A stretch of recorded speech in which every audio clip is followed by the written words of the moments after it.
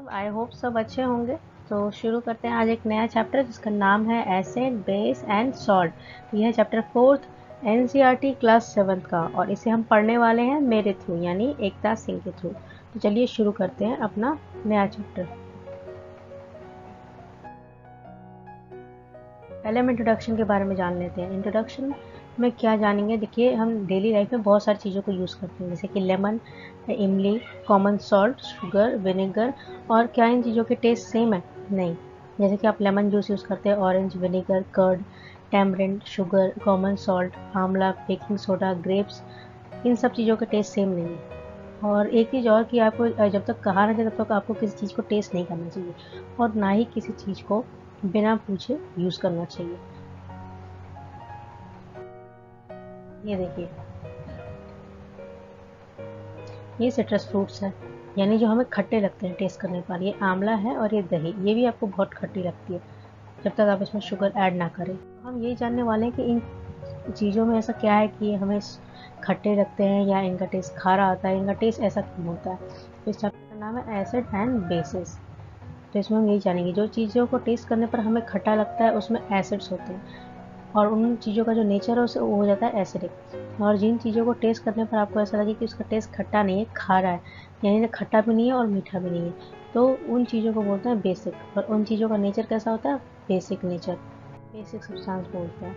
अब होता है इंडिकेटर्स क्या होते हैं। तो इंडिकेटर्स वो चीज़ें होती हैं जिनका यूज़ किया जाता है ये पता लगाने के लिए कि कोई चीज़ एसिडिक है या बेसिक है, यानी एक चीज़ का नेचर कैसा है, उसका नेचर एसिडिक है या बेसिक है।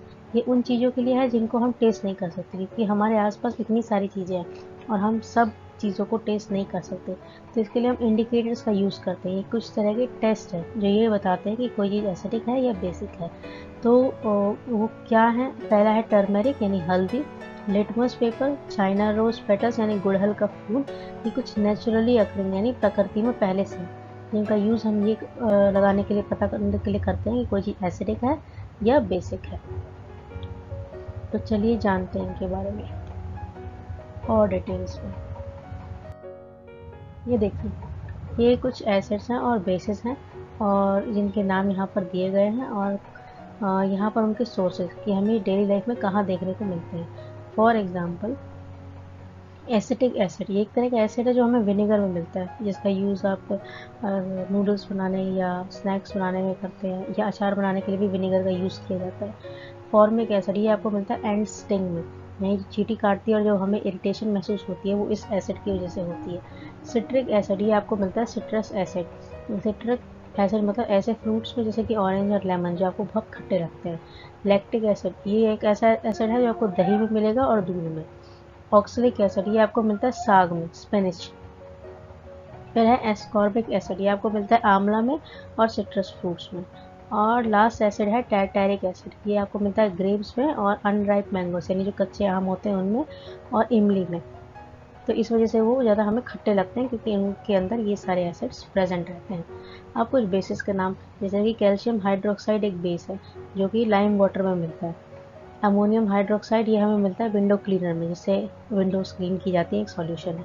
मैग्नीशियम हाइड्रोक्साइड, ये हमें मिलता है मिल्क ऑफ मैग्नीशिया यानी एंटासिड, जिसका यूज़ आप करते हैं अपने पेट की तकलीफ़ों को दूर करने के लिए। जब पेट में ज़्यादा गैस बन जाती है या पेट में दर्द होता है, इनडाइजेशन होता है, तो उस टाइम जब आप दवाई लेते हैं ना, वो मिल्क ऑफ मैग्नीशिया होती है, एंटासिड होता है, तो उसमें मैग्नीशियम हाइड्रोक्साइड होता है। मैग्नीशियम हाइड्रोक्साइड क्या है? एक तरह का बेस है। तो ये देखिए, अगर आप बाहर जाते हैं एसिटिक एसिड खरीदने तो वो ऐसे दिखाई देते हैं बॉटल्स में। सोडियम हाइड्रोक्साइड ऐसे, कैल्शियम हाइड्रोक्साइड पाउडर की फॉर्म में दिखते हैं और लैक्टिक एसिड ऐसे दिखाई देते हैं। तो आप बाहर अगर आपको चीज़ें दिखाई देती हैं ऐसे तो आप पहचान सकते हैं। अब मैं नेचुरल इंडिकेटर्स की बात कर रहे थे, मतलब वो चीज़ें जो नेचर में पहले से प्रेजेंट है और जो हमें ये बताती हैं कि कोई चीज़ एसिडिक है या बेसिक है। तो इसमें एक पहली चीज़ आती है लिटमस। ये एक नेचुरल डाई है। डाई का मतलब क्या होता है? डाई एक ऐसी चीज़ होती है जो चीज़ों को कलर देती है।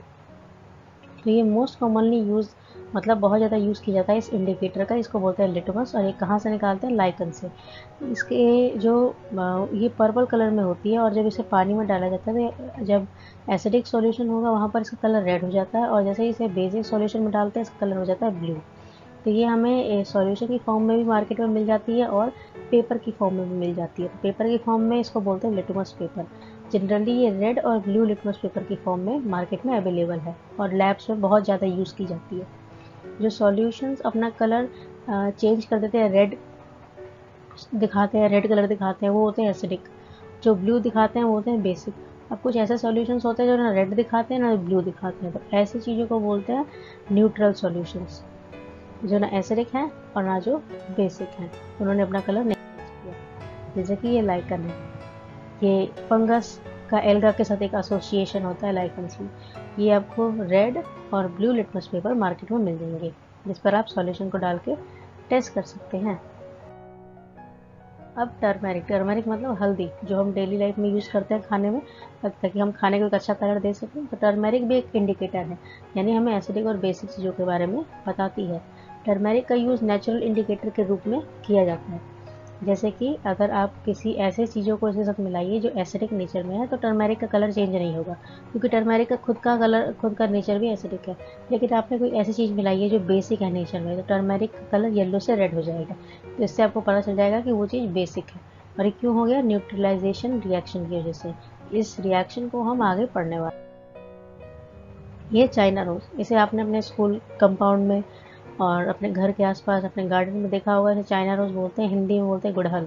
ये जो इसके पंखुड़ियाँ होती हैं जो साइड में, उसका क्या यूज़ किया जाता है? इन पंखुड़ियों को यूज़ करते हैं ये पता लगाने के लिए कि कोई चीज़ एसिडिक है या बेसिक है। जो इसकी पंखुड़ियाँ हैं उसको वार्म वाटर यानी गर्म पानी में बहुत टाइम के लिए रख दिया जाता है, तो ये रेड कलर का सॉल्यूशन दे देती हैं। तो ये वो एक तरह के इंडिकेटर की तरह काम करता है। अगर आपने कोई ऐसी चीज़ उसके अंदर डाली है जो एसिडिक नेचर में है, तो डार्क पिंक कलर का हो जाएगा। और अगर कोई ऐसी चीज़ डाली है जो बेसिक है, तो ये ग्रीन कलर का हो जाएगा। और अगर कोई ऐसी चीज़ डाली है जो ना एसिडिक है ना बेसिक, तो ये न्यूट्रल यानी इसका कलर चेंज नहीं होगा, तो ये रेड ही रहेगा। अब है एसिड रेन। जैसे कि इसके नाम से पता चल रहा है, रेन यानी बारिश, और एक ऐसी रेन जिसमें एसिड की मात्रा हो। तो इसके नाम से हम पता लगा सकते हैं कि रेन जिसमें बहुत ज़्यादा एसिड की मात्रा है, तो उसको एसिड रेन बोलते हैं। तो रेन एसिडिक कैसे बन गई? क्योंकि हमने तो पहले नहीं पढ़ा यहाँ पर, या पहले क्लासेस में तो नहीं पढ़ा एसिड रेन के बारे में। तो रेन एसिडिक ऐसे बन जाती है जब जैसे कि हमारे हवा में बहुत सारी गैसेस होती हैं। कार्बन डाइऑक्साइड होती है, सल्फर डाइऑक्साइड होती है, नाइट्रोजन डाइऑक्साइड होती है। तो वो हवा में क्या एक पॉल्यूटेंट की तरह काम करती हैं। तो जब वो वेपर बन के ऊपर जा रही होती हैं, तो वो रेन ड्रॉप्स यानी जो बारिश की बूंदें होती हैं उनके साथ मिक्स हो जाती हैं और क्या बनाती हैं? कार्बोनिक एसिड, सल्फ्यूरिक एसिड और नाइट्रिक एसिड। और जब ये बारिश होती है तो उस बारिश को हम बोलते हैं एसिड रेन। तो इस बारिश से क्या होता है कि जो बड़ी बड़ी बिल्डिंग्स होती हैं, जो पुरानी बिल्डिंग्स हैं, हिस्टोरिकल बिल्डिंग्स हैं, जैसे कि ताजमहल, लाल किला, इंडिया गेट, और कुछ पौधे और कुछ एनिमल्स जिनको बहुत नुकसान पहुंचता है।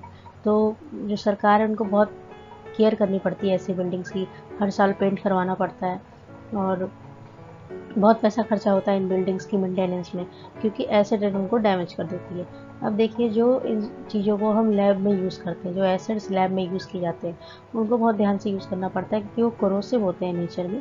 अगर हमारी स्किन पर वो आ गए तो बहुत इरिटेशन देंगे और हमारी स्किन को बहुत नुकसान पहुँचा सकते हैं। तो इसलिए उन एसिड का यूज़ बहुत आराम से करना चाहिए जो हम लैब में यूज़ करते हैं। अब ये देखिए, ये बता रहा है कि फॉर्मेशन ऑफ एसिड कैसे हुआ। जैसे कि हवा में सल्फर डाइऑक्साइड थी, नाइट्रोजन डाइऑक्साइड थी, तो वेपर बन के ऊपर चली गई, क्लाउड्स बन गए। अब वो क्लाउड्स बाद में चेंज हो गए एसिड रेन में और वो बारिश बन के वापस धरती पर आ गए। तो इससे नुकसान किसका हुआ? धरती पर रह रहे लोगों, बिल्डिंग्स का नुकसान हुआ। अब है न्यूट्रलाइजेशन रिएक्शन। न्यूट्रलाइजेशन का मतलब समझ लेते हैं। जैसे कि हमने एक एसिडिक सॉल्यूशन लिया और उसको मिक्स कर दिया बेसिक सॉल्यूशन के साथ। बोथ जो दोनों सॉल्यूशन है वो एक दूसरे को न्यूट्रलाइज करते हैं, यानी एक दूसरे को बैलेंस कर देंगे। तो अब जो नया सॉल्यूशन बना है, ना वो एसिडिक होगा पूरी तरीके से और ना ही वो बेसिक होगा पूरी तरीके से, दोनों मिक्स होंगे, बैलेंस फॉर्म में होंगे। तो इस रिएक्शन को बोलते हैं न्यूट्रलाइजेशन रिएक्शन। और इसमें जो प्रोडक्ट बनता है, जैसे कि आप चाय बनाते हैं तो आप क्या लेते हैं? चीनी, चाय पत्ती, दूध, और फाइनली एक चाय बनकर तैयार हो जाती है। तो आपकी चाय क्या है? फाइनल प्रोडक्ट है। और जो आपने शुरुआत सामान लिया था वो होता है रॉ मटेरियल। तो वैसे ही जो न्यूट्रलाइजेशन रिएक्शन है उसमें फाइनल प्रोडक्ट बनता है सॉल्ट एंड वाटर। और क्या सामान लेते हैं हम बनाने के लिए? सॉल्ट एंड वाटर, एसिड और बेस। जैसे कि हाइड्रोक्लोरिक एसिड और सोडियम क्लोराइड को मिक्स करके बनाते हैं सोडियम हाइड्रोक्साइड प्लस वाटर। तब ये ना एक एसिडिक है ना ये बेसिक है, ये एक कैसा सब्सटेंस है? एक न्यूट्रल सब्सटेंस है। तो इस रिएक्शन को बोलते हैं न्यूट्रलाइजेशन रिएक्शन।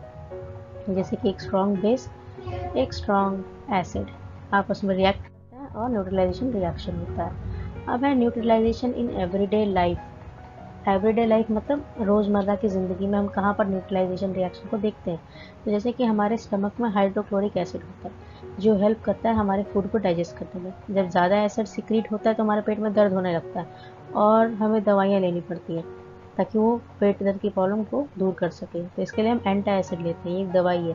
जैसे कि मिल्क ऑफ मैग्नीशिया भी बोलते हैं इसे। इसके अंदर होता है मैग्नीशियम हाइड्रोक्साइड, ये एक बेस है। तो इससे क्या होता है कि हमारा पेट आराम हो जाता है, जो एसिड पेट में बना है ना वो ख़त्म हो जाएगा। तो इसको डॉक्टर प्रेस्क्राइब करते हैं जब भी हमारे पेट में दर्द होता है, हमारी सीरियस होती है। अब एंड बाइट, एंड का मतलब होता है चींटी और बाइट मतलब काटना। जैसे कि आपको चींटी काटती है तो आपको लगता है कि बहुत इरिटेशन सी होती है स्किन में, और वो इसलिए होती है क्योंकि वो हमारे स्किन में काटने पर एक लिक्विड छोड़ देती है जिसका नाम है फॉर्मिक एसिड। जैसे ही वो स्किन में जाता है हमें इरिटेशन स्टार्ट हो जाती है। तो उसको अगर इरिटेशन को दूर करना है तो क्या करेंगे आप, तो आप अपने हाथ पर बेकिंग सोडा को रब कर सकते हैं या कैलेमाइन सॉल्यूशन को रब कर सकते हैं जिसमें जिंक कार्बोनेट होता है। तो इससे जो आपको इरिटेशन हो रही है वो कम हो जाएगी। तो ये भी एक एवरीडे लाइफ में एक तरह का वो है जिसमें आप न्यूट्रलाइजेशन को देख। अब सॉइल ट्रीटमेंट, सॉइल मतलब मिट्टी, ट्रीटमेंट मतलब उसका इलाज करना। इलाज क्यों करना, क्योंकि वो बीमार हो गई है। कैसे, जैसे कि आपने बहुत ज़्यादा केमिकल्स यूज़ किए और फर्टिलाइज़र यूज़ किए सॉइल में ताकि आपके प्लांट्स अच्छे हों, आपकी प्रोडक्शन अच्छी हो। अब इसका असर क्या होता है कि सॉइल एसिडिक हो जाती है, यानी सॉइल में एसिड की मात्रा बढ़ जाती है। अब जो प्लांट्स हैं वहाँ पे ढंग से ग्रो नहीं करते, सूख जाते हैं, ख़त्म हो जाते हैं। तो क्या करें, तो सॉइल को ठीक करना होगा। तो इसके लिए हम एक क्या करेंगे, इसे बेस के साथ ट्रीट करते हैं, यानी इसमें बेस मिला देते हैं। जैसे कि क्विक लाइम कैल्शियम ऑक्साइड या स्नेक लाइम कैल्शियम हाइड्रोक्साइड। इनका नेचर होता है बेसिक। ये जाते हैं, ये एसिड के असर को कम कर देते हैं और बैलेंस कर देते हैं, एसिड भी बराबर और बेस भी बराबर। अब सॉइल ठीक हो गई है, अब हम प्लांट्स को उगा सकते हैं। जैसे कि अगर सॉइल बेसिक है और बहुत ज़्यादा बेसिक है तो उसमें फिर ऑर्गेनिक मैटर को ऐड किया जाता है ताकि वो ऑर्गेनिक मैटर एसिड रिलीज़ करे और बेसिक के नेचर को कम कर सके। तो अब दोनों बराबर में आ जाएंगे। जैसे कि खेतों में देखा होगा आपने किसानों को, वो इस तरीके से दवाइयों को छिड़क रहे होते हैं ताकि उनकी पैदावार अच्छी हो। लेकिन कई बार ज़्यादा दवाइयाँ छिड़कने से मिट्टी ख़राब हो जाती है, तो फिर दूसरा सॉल्यूशन छिड़कना पड़ता है, बेसिक सॉल्यूशन डालने पड़ते हैं ताकि मिट्टी ठीक रहे। हमें फैक्ट्री वेस्ट, यानी फैक्ट्री का नाम तो सुना होगा आपने। फैक्ट्री में बहुत कुछ बनता है और हमारी डेली लाइफ बहुत ज़्यादा डिपेंड है क्योंकि सब कुछ फैक्ट्री से मैन्युफैक्चर होके आ रहा है। तो फैक्ट्री में वेस्ट बहुत निकलता है। वेस्ट मतलब वो सामान जिसको हम यूज़ नहीं कर सकते। अब उन वेस्ट में एसिड की मात्रा बहुत ज़्यादा होती है, तो फैक्ट्री के लोग क्या करते हैं, उसको पानी में फेंक देते हैं। और पानी में फेंकना अलाउ नहीं है। अब पानी में फेंक दिया तो क्या हो गया, तो पानी में जो फिश है या दूसरे लिविंग ऑर्गेनिजम्स है, प्लांट्स है, उनकी लाइफ डिस्टर्ब हो जाती है और वो लोग मर जाते हैं। और इसको अगर कम करना है तो क्या करेंगे, बेसिक सब्सटेंस को पानी में ऐड किया जाता है टाइम टू टाइम ताकि जो एसिड फेंका गया है उसके असर को कम किया जा सके। जैसे कि ये देखिए, और इससे वाटर पोल्यूशन भी होता है। जैसे कि अनट्रीटेड सीवेज है, एनिमल वेस्ट है या फैक्ट्री का वेस्ट है या ट्रीटेड सीवेज है, सब पानी में डाल देते हैं। हम कचरा बहुत करते हैं पानी में, तो पानी में जो जीव जंतु रह रहे हैं वो मर जाते हैं क्योंकि उनको खाने में प्रॉब्लम होती है, उनको सांस लेने में प्रॉब्लम होती है और वो उनकी लाइफ ख़त्म हो जाती है हमारे सिर्फ लापरवाही की वजह से, हमारी गलती की वजह से। पानी में ऑक्सीजन मिक्स होती है जिसको वो लेते हैं और हमारे ऐसा करने से उनकी ऑक्सीजन भी ख़त्म हो जाती है। तो इसीलिए हमें कहा जाता है कि आप पानी में कभी कचरा मत फैलाइए, वाटर पोल्यूशन मत कीजिए। आई होप आपको समझ में आया हो। तो thank you and please like subscribe and comment करना ना भूलें। थैंक यू वेरी मच, और मैं आती रहूँगी और भी वीडियोस लेके। Thank you.